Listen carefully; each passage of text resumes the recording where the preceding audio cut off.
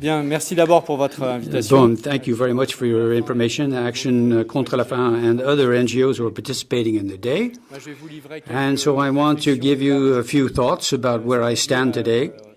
That is a job which links me in an indirect way with the government on preparing for the COP21, but in an independent way through the World Resources Institute. So a little bit of advertising, which has been classified for 3 years now as the most influential in the world on climate change.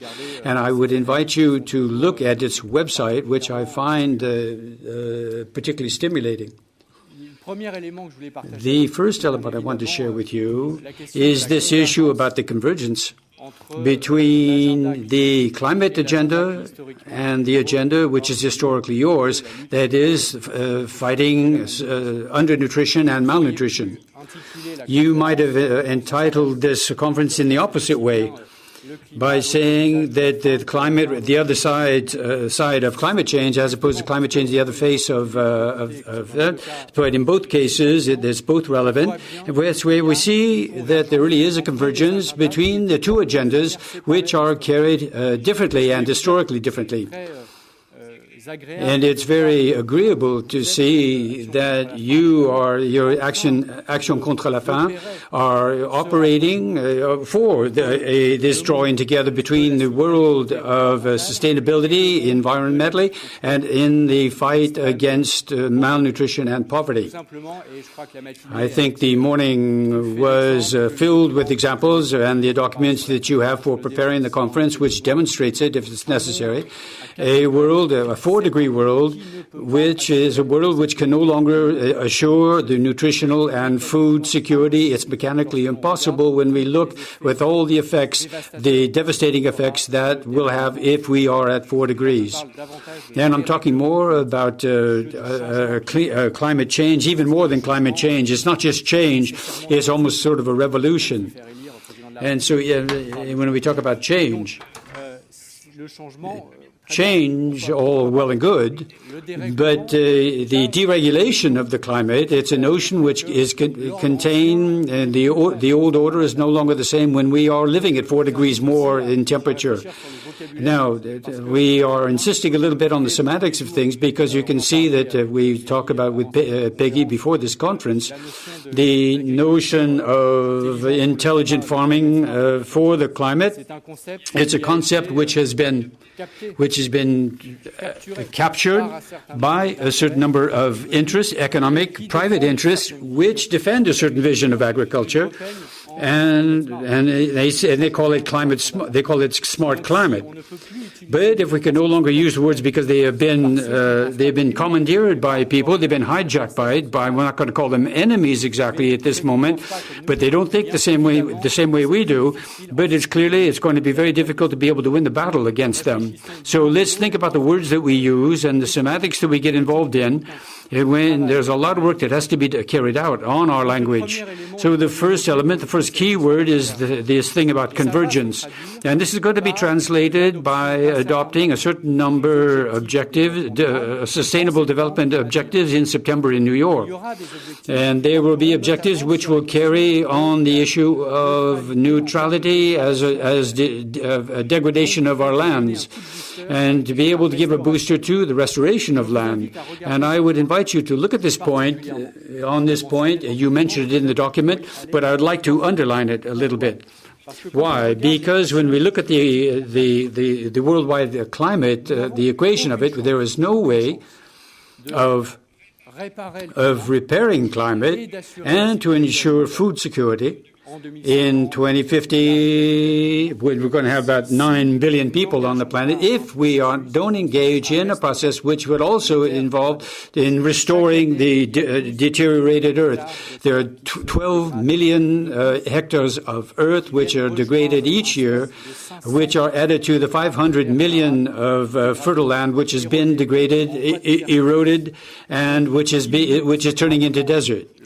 and which reduces their productivity and also their capacity to be able to feed the world. Mechanically, it's impossible to feed 9.5 billion people with 12 million of degraded arable land every year. And so I know you are fighting a lot to be able to find a certain grounding in the COP21. I'll come back to it in a minute. But there is also one already which are fundamental, and that is this issue about the neutrality in terms of land degradation and the restoration of the land. And it's from the moment when this objective becomes, and I would say that 8 chances out of 10 that it would become an objective, an official objective in sustainable development. That makes it possible for the players like the developmental agencies, the donors, etc., to align themselves with this objective and to enable us to move forward. And there's weight here. Here you have a weight to be able to play because the agenda between climate change and the agenda against food insecurity and nutritional insecurity. I think that there is a point of grounding here which we have to use and on which we have to use this as a leverage. And we have 2 meetings. The first is in September with the ODD. And then the other COP in 2015, the other convention by the United Nations on the environment, not on climate, but on desertification, which is going to take place in Ankara in October. And I think there you really have a role to play. And if we have to look for another one, and I agree with what your strategy is, which consists in saying that we have to get involved in the Paris Agreement, we have to get that involved in the process which is going to lead in the COP21 and with security and nutritional security, food and nutritional security. The entry point, which is the most promising, I think, is this issue about adaptation. Here again, you know as well as I that the absolute priority of the most exposed countries, the African countries and the small island states, first of all, we have to be ourselves in a situation of being able to adapt ourselves. Now, on that, I think today we have a fairly broad consensus saying that the number one priority we have at one moment or another that the northern countries are going to assume their responsibilities on the fate of these countries. And what does that mean exactly, this idea of assuming one's responsibility? First of all, it is a topic of funding. Finance. We talked a little bit about that this morning. I'm not going to go too much in it the way we're funding climate because this takes up an awful lot of our time. And I'm going to put this before the President of France in 3 weeks' time, how we can more mobilize advantages and financial advantages for climate change and ways to sponsor it. Because I think one way that the COP21 might even be derailed a little bit by the question of funding. Now, in this financial packet, there's going to be a specific issue about adaptation. And it's up to you to build mobilization and create objectives in relation to that. The statistics we have at our disposal today of the most vulnerable states and the poorest states benefit in somehow 8-10 billion euros of financial transfer toward the northern countries, specifically having to do on adaptation to climate change. And so what we have to do is set an objective for up to the 2020 and then after 2020 to be able to ensure that this funding is going to grow. And if there is more funding for adaptation, there is one sector which is at the heart of this issue of adaptation, and that is the farming sector. You also have another advantage. It's perhaps the only sector with water that enables us to converge the adaptation objectives and the mitigation objectives. Now, around the COP21 on climate change, are we going to talk about adaptation or mitigation? I would say it's mitigation because the more we mitigate, the better we're able to adapt. And the mitigation, and you said, up to the 21st century. There is a topic which is convergent. When you do farming, really climate and smart climatically, both you're in a rationale of adaptation with the carbon emissions, and also mitigation, given the fact that you are creating natural carbon. And you converge both of them practically naturally. And this is an extremely precious resource for the climate change. And it's also a precious thing for another event in 2015 we haven't talked about yet. That is the funding summit in Addis Ababa in July. And so the following question is going to be asked: what are the new engagements committed by the northern countries, and I hope toward the most vulnerable countries? And the question is going to be asked about the matching between the finance and climate change. When we carry out projects for restoring the earth, and which are very important for the climate change, which have to do with carbon and have to do with adaptation and resilience to climate change, we have to do both. We can't choose between one and the other. And though here you have the ability to be able to carry this agenda, which is a solution for everybody who's looking for an agreement, both in Addis Ababa and New York and in Paris. And so see yourselves as the bringers of solutions in this context. And this is how, if I were in your place, but if I were in your shoes, that's what I would try and define. Your vision, which I share fully. I don't think it's worth for the 57th time that what the differences are between us, but we have to see what we can do to be able to win this cultural battle, so that at the end, in New York and in Addis Ababa and in Paris, the issue of food, nutritional security, and linked in climate change is a part of the software of the development agenda over the coming decade. And this combat is taking place right now. And so I would wrap up by saying, when we carry out fights like this, we don't always choose our friends, but we can choose our enemies. Now, often, that is a political term, as you may know. There is one adversary. I think that you might even better be able to target this person, and it is the trading in the raw materials sector.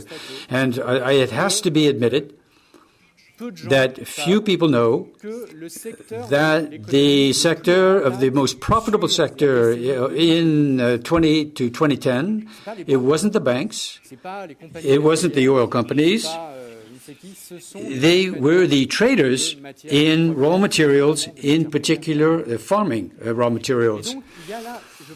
And there, I think the battle has to be engaged by forming alliances with private players who are players who can contribute to make the lines move.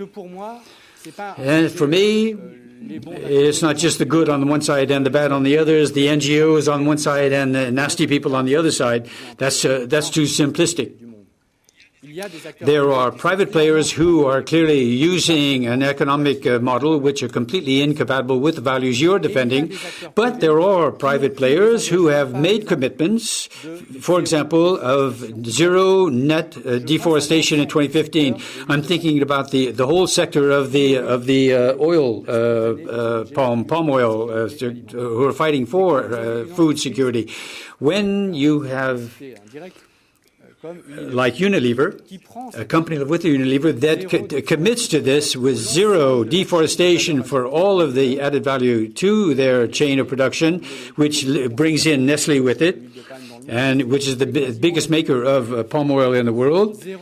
And so zero net deforestation in 2015, what does that mean? What does that mean in real terms? But is oil palm oil useful or not? That's another argument. But how are they going to implement this engagement? It's very simple. There are three options.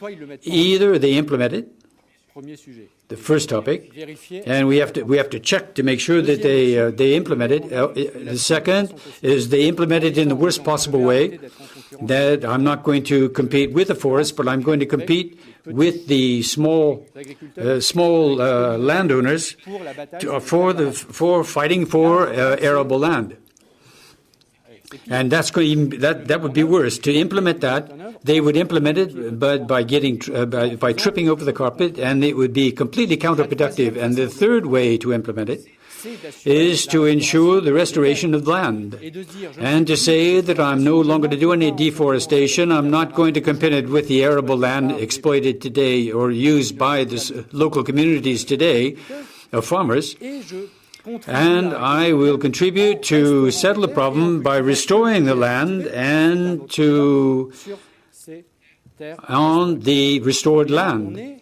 And here we're talking about possible alliance with the private sector. We may not agree with everything, obviously, but we are going to be able to carry out a material solution if we both want to manage the issue about food and nutritional security and climate change. And so those are just a few elements of reflection which I hope are going to help fuel the reflection this afternoon. And I will wrap up by saying that we are involved in a battle of modernity. You have discussed with African ministers, the agricultural ministers, and I have been able to discuss with Stéphane Le Foll in a few minutes. And there's also the battle of modernity. What is modern today for the agricultural ministry of the Africa? And is to be able to create major international chains of value. And that is what's modern. And that is what is in the wind. And that is going to ensure that the country is going to be led toward development, sustainable development, keeping in mind that the economic model, which is going to be the most efficient, is that of farming, which you are defending, and it's also that which is going to ensure the ability to be resilient to climate change. Now, here again, we have this convergence, and this is battle for modernity, which we're going to have to wage together and win together. And it's one of the elements, a major element for the Battle of Paris, which is going to be a battle between everybody who wants to invent tomorrow's world in renewable energy and farming and mobility, and all those who are rigidly defending the old models. And I think some of them are fairly friendly to look at. And then we draw alliances with people who want to go in the right direction.